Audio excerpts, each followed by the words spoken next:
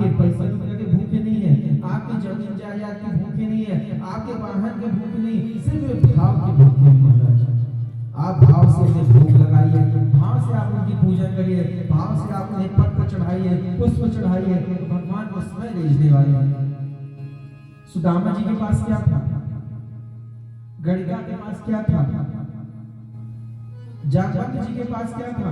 सिर्फ भाव ही था। सजनी के पास क्या था? सिर्फ भाव ही था। भाव से भगवत दर्शन हुए, भाव से भगवान ने उनके साथ लीलाएं की। गोपियों के पास क्या था? भाव ही था। बिना भाव के लीला नहीं किए भगवान। तो हमारे हृदय में भी भाव होना चाहिए। जब तक भाव जागृत नहीं होंगे तब तक हजारों कथाएं हो जाए और एक से एक संत महात्मा आकर के कथा कह करके चले जाएंगे, हमें कथा के पुण्य के फल की प्राप्ति नहीं होगी महाराज, अगर भाव नहीं। और भाव है तो एक मिनट में हमें पुण्य के फल की प्राप्ति हो जाती है। बोया पेड़ बबूल का तो आम कहां से पाए? अगर हम बबूल का पेड़ बोएंगे तो क्या आम मिलेगा? नहीं मिलेगा। ऐसे यहाँ अगर हमारे भाव हो जाएंगे तो क्या फल मिलेगा? अच्छा फल नहीं मिलेगा, बुरा फल मिलेगा। तो भाव। संतादी ऋषि, सूर्य महाराज संतादी ऋषियों से कहते हैं और सनत कुमार की देवर्षि नारद जी से कहते हैं कि हे देवर्षि नारद, आपके मन में और क्या क्या है कुछ बतलाएंगे। देवर्षि नारद कहते हैं कि कलयुग ने मनुष्यों की बुद्धि को बिगाड़ दिया है और तो और जानते हैं कि कन्या का जिस घर में हमने विवाह कर दिया है उस घर का हमें पानी भी नहीं ग्रहण करना चाहिए। पर आज के कलयुग में ऐसा है कि कन्या का जीवन ही बेच करके खाने लगे हैं महाराज, माता पिता, चाचा चाची जिन्होंने पैर उठाना है उनके लिए ये होता है कि हम कन्या के घर का जल ग्रहण न करें। पर कलयुग ने बुद्धि बिगाड़ दिया है और तो ऐसी बुद्धि बिगाड़ के रखा है कि घर में अगर शादी की चलती हो जाए ना तो अपने माता पिता दादा दादी की सलाह लेना उचित नहीं समझते महाराज। कन्या के किरणों लोभा दंपति नाम चकल कदम।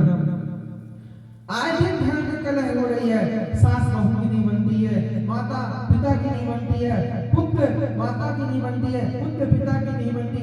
आजकल नित्य प्रतिदिन घर में झगड़े हो रहे हैं महाराज। किसके लिए हो रहे हैं? सिर्फ जमीन के लिए, जायदाद के लिए। क्या मर जाओगे ये लेकर के जाओगे? कुछ ना लेकर के जाओगे, सब यही का यही गला रह जाएगा। 2 गज कफन का कपड़ा, तेरा लिबास होगा, सिर्फ वही साथ जाएगा और कुछ न जाएगा। तो फिर किस बात का झगड़ा, किस बात की कलह है? हमें जो ये देह के लिए सुंदर काया मिली है तो इसका हम सत्संग करते हुए माता पिता के साथ अपने घर परिवार में रहते हुए आनंद पूर्वक बिताएं और अपना गृहस्थ जीवन यापन करें, वही प्रेम।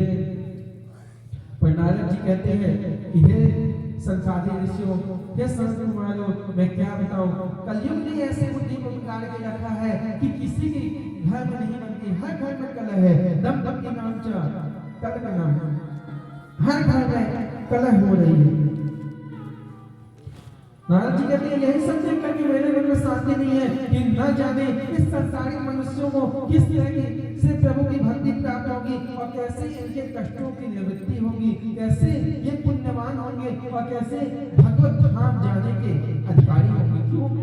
क्योंकि 84 लाख योनि में सिर्फ मनुष्य योनि इनको मिली है जिसमें ये सत्कर्म करके भगवत भजन करके अपनी मुक्ति को सुधार सकते हैं, अपनी योनि को सुधार सकते हैं। 84 लाख योनि अगर गाय बैल बना दिया जाता, मुर्गी बना दिया जाता, कुत्ता भी बना दिया जाता, क्या हम प्रभु भजन कर पाते? क्या हम कीर्तन में ताली बजा पाते? क्या प्रभु की छवि को निहार पाते? क्या अच्छा है बुरा है ये हम जान पाते? नहीं जान पाते। इसीलिए 84 लाख योनि में मनुष्य योनि बनाई गई है कि पुनर्रपि जन्मम पुनर्रपि मरणम पुनर्रपि जननी जठरे सहजम। 84 लाख योनियों में जो आवागमन का चक्कर होता है ना, वह आवागमन के चक्कर से हम मुक्त हो जाए। भूमि परम आडामन पानी जिनी माया जल जीव लिपटानी। जब हम इस संसार में जन्म लेते हैं तो प्रभु की माया हमें लपेट लेती है।